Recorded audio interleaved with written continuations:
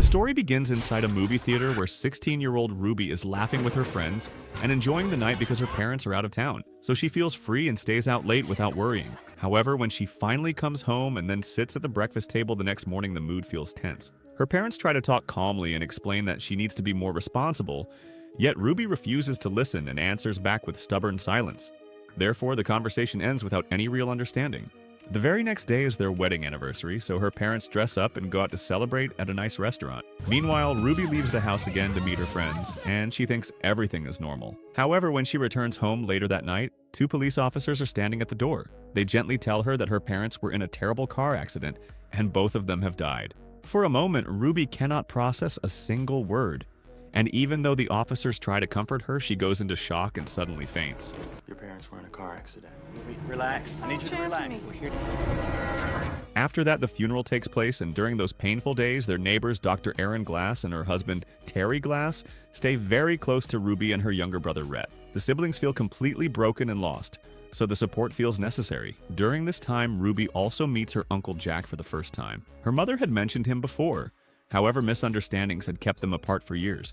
He tells Ruby that if she ever needs anything, she can call him anytime. Therefore, she thanks him politely, although deep inside she feels unsure about trusting anyone. Soon their parents' lawyer visits and explains that there is a large insurance policy, so the children will not face financial trouble. Moreover, he announces that Aaron and Terry will become their legal guardians. Therefore, the very next day, Ruby and Rhett move to Malibu to start a new life inside a huge modern mansion known as the Glass House. However, the moment they arrive, something already feels strange. Instead of giving them separate bedrooms, Aaron and Terry assign them one shared room. Dinner is served later that evening, yet the food tastes terrible to the siblings. So quietly, they order pizza and eat in secret until they feel a little better. That night, Ruby cannot sleep. Therefore, she decides to swim in the pool to relax. Still, as she moves through the water, she suddenly feels like someone is watching her. So she quickly gets out and returns to her room. The next morning, she starts at her new school, which follows strict rules, and since she transferred in the middle of the year, adjusting becomes difficult. Even so, she tries to handle it calmly. In the evening, Terry surprises them with gifts, stylish clothes for Ruby, and video games for Rhett, so for a short time, their mood improves. Later, Ruby talks to her old friend on the phone and admits that school feels cold and unfriendly. Unfortunately, Aaron overhears the conversation, and when Ruby offers to help in the kitchen, Aaron firmly says that if she wants friends, then she must change her attitude. Therefore, Ruby feels criticized and quietly hurt. That night, while swimming again, Ruby notices Terry watching her in a way that makes her uncomfortable.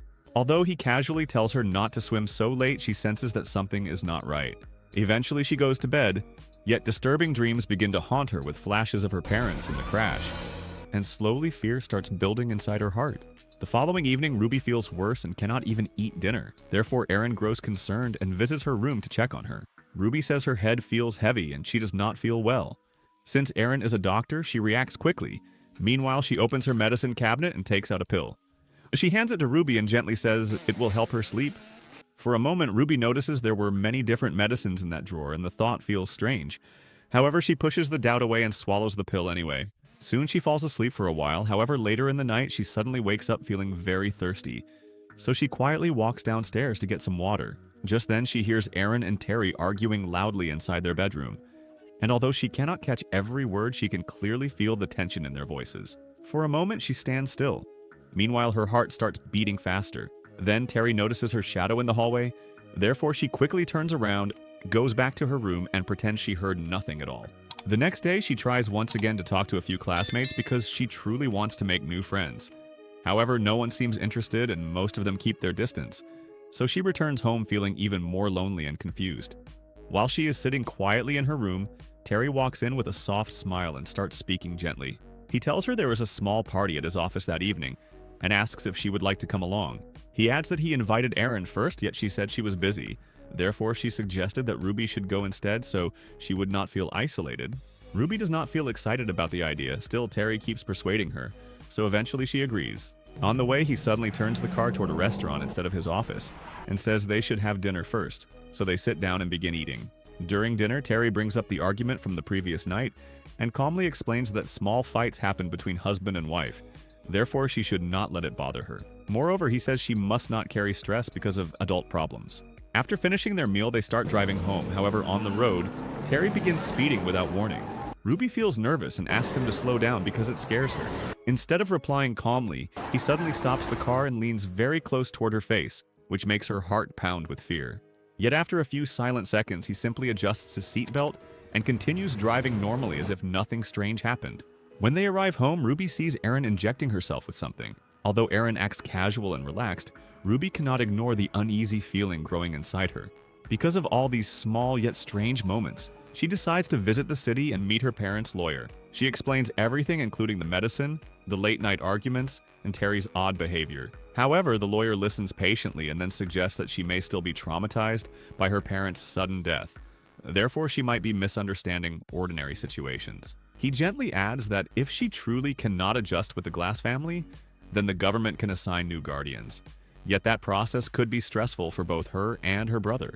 Ruby leaves his office feeling unheard and even more uncertain. Meanwhile, the lawyer grows slightly concerned and calls Terry to remind him to take proper care of the children. When Ruby reaches home, Erin and Terry ask her to sit down because they want to clear the confusion. Erin calmly explains that she has diabetes. Therefore, she must take insulin injections daily. So what Ruby saw was simply medical treatment. Hearing this, Ruby feels embarrassed and apologizes, thinking she may have imagined too much. The next day at school, she attends driving class. However, controlling the car feels difficult and her confidence remains low. I'm sorry, I'm a really bad driver. A few days later, she visits Terry's office and unexpectedly witnesses a heated argument where some men threaten him and even push him. Frightened, she walks into the workshop and suddenly notices her father's car parked there looking almost untouched despite the fatal accident. Her heart sinks at the sight.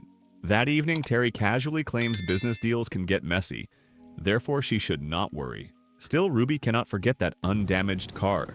Later that night, she searches online for details about the accident, while doubts circle her mind. Eventually, she falls asleep over her homework, and during the night, Terry quietly completes her unfinished essay. In the morning, she feels grateful and thanks him. Meanwhile, school slowly becomes easier as she starts making a few new friends. That same day, a social worker comes to Ruby's school because the lawyer had asked for a welfare check. So when the worker hears that Ruby and her brother are sharing one room, she finds it unusual and decides to visit the house. However, before she arrives, Terry quickly separates the rooms and arranges the house perfectly.